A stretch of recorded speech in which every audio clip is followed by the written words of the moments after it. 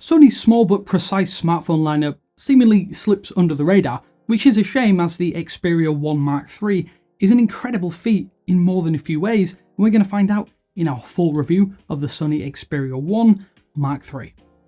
Thanks for watching 9 to 5 Google here on YouTube. Remember to thumbs up, hit subscribe, and then tap the bell icon to be notified about all our future uploads.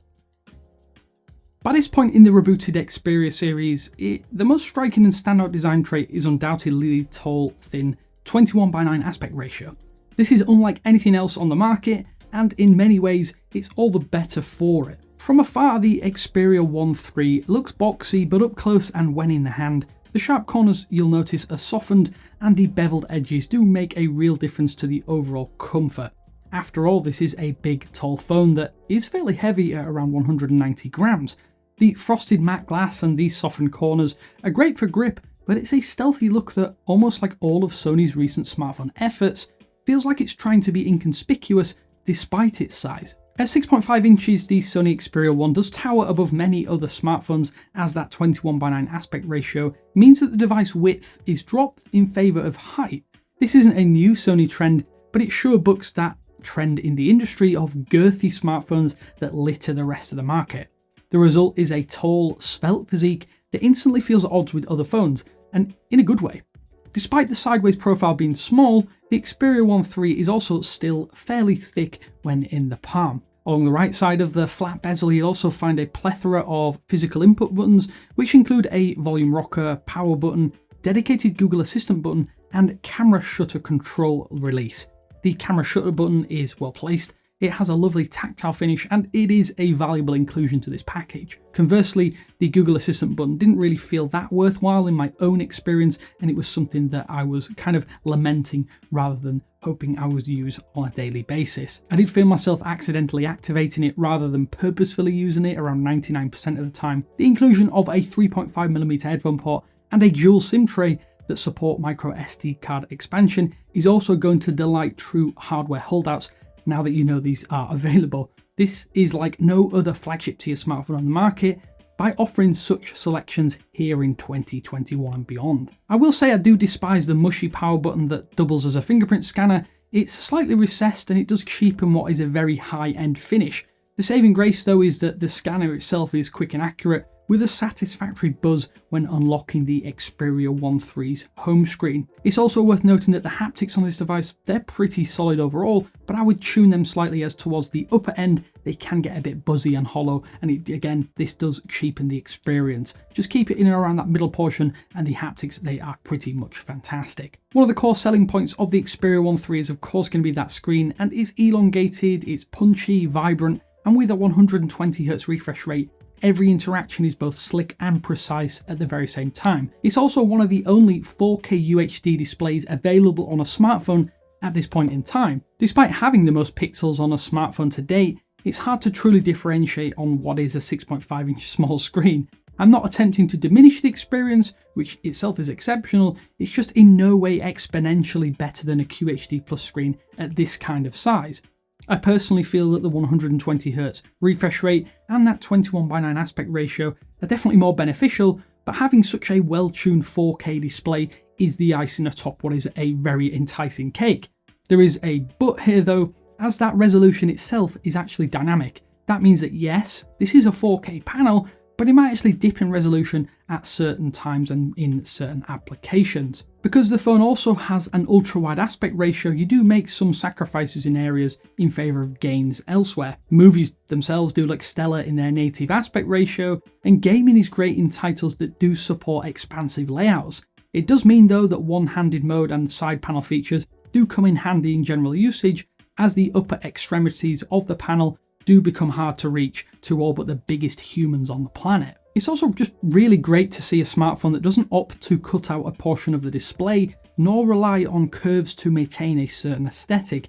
At the upper right corner, you'll even find the long dead notification LED, something that has been missing for a few years now.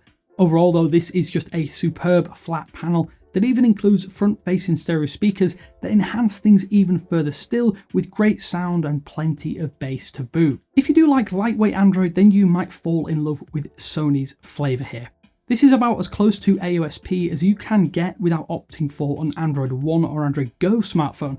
The Xperia 1 III continues the tradition of small touches to enhance the form factor, rather than massive UI tweaks and changes just for the sake of differentiation. At the time of this review, the device is still currently running Android 11, but it's highly likely that we'll see the Android 12 update over the coming months, and Sony's track record has been pretty good in the grand scheme of things since their Xperia reboot. This experience is very close to that of the Pixel series, but with a few Sony apps and some other minor third-party options pre-installed on top. That said, Sony has opted to add a few features of its own, such as app pairs, which has been shoehorned into Android 11, and it's actually very well implemented.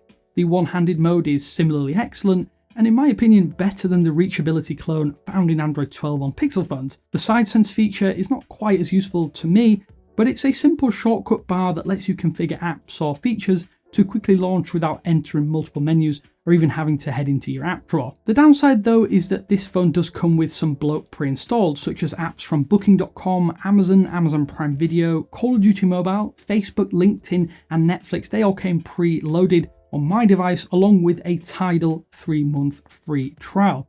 All of these though can be removed as necessary, so while it is annoying to see bloat such as this, you're not saddled with Sony versions of common Google apps, which is sometimes the track that a lot of other OEMs out there take. I will say though that at no point did the Xperia 1 III feel bogged down or slow, given everything I attempted or threw at it.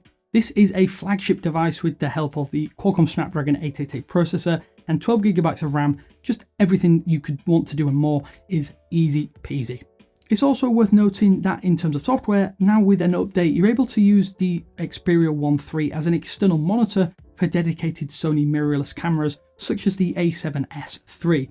Unfortunately, I'd used Panasonic camera hardware, so I've been unable to test this out for myself, but it seems like a great way to turn your smartphone into another daily tool without sacrificing any core functions. This does require an extra cable to achieve, but it is something to note if you are a hardcore camera enthusiast and want a smartphone to accompany it. My personal biggest gripe with the Sony Xperia series camera setups, at least in recent years, has been that just pointing and shooting doesn't quite do justice to images given the camera setup here. Sure, you'll get crisp, clean and colour accurate images at 12 megapixels. What did struck me most though was how little noise you'll spot in images across all focal lengths, but sometimes it can be a little bit frustrating how often the auto mode doesn't quite nail the shot as well as other phones out there. That said, open up the Pro suite of settings and you're getting access to Alpha camera series toolsets all from your smartphone. If you care about tweaking and tuning with your phone and don't want to lug around a dedicated mirrorless or DSLR camera, the extra fine controls here are just about the best out of every other smartphone on the market. The Photography Pro app that comes pre-installed is also going to be daunting for novices, but in the right hands, I'm sure that there aren't going to be any better manual control modes on a smartphone today without downloading or installing a third-party app. Combo those fine pro-level controls with the tactile feedback of a dedicated shutter button, and it's a recipe for true smartphone camera experimentation.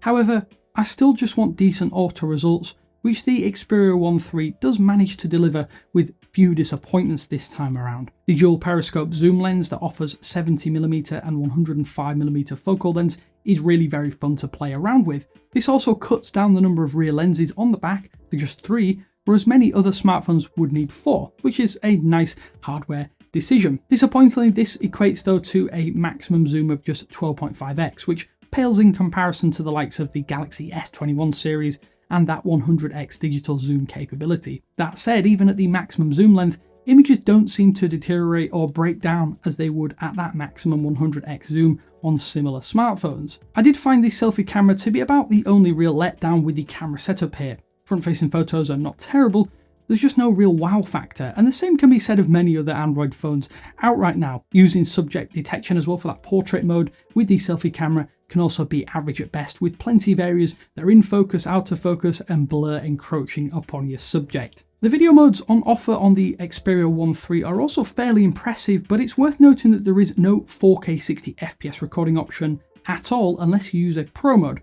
I was happy with how video looks using the triple camera setup on offer, with solid dynamic range, rich colours and fairly sharp moving images throughout the frame. However, start zooming in and things can get a little grainy. This is only exacerbated as noise is almost non-existent, when using the main wide camera here. If you do want more controls and precise fine tuning for your video, then you might want to delve into the Cinema Pro app that also comes pre-installed. With this app, you're able to record with basic LUT supplied and fully control aperture settings on each lens, among a whole host of other features.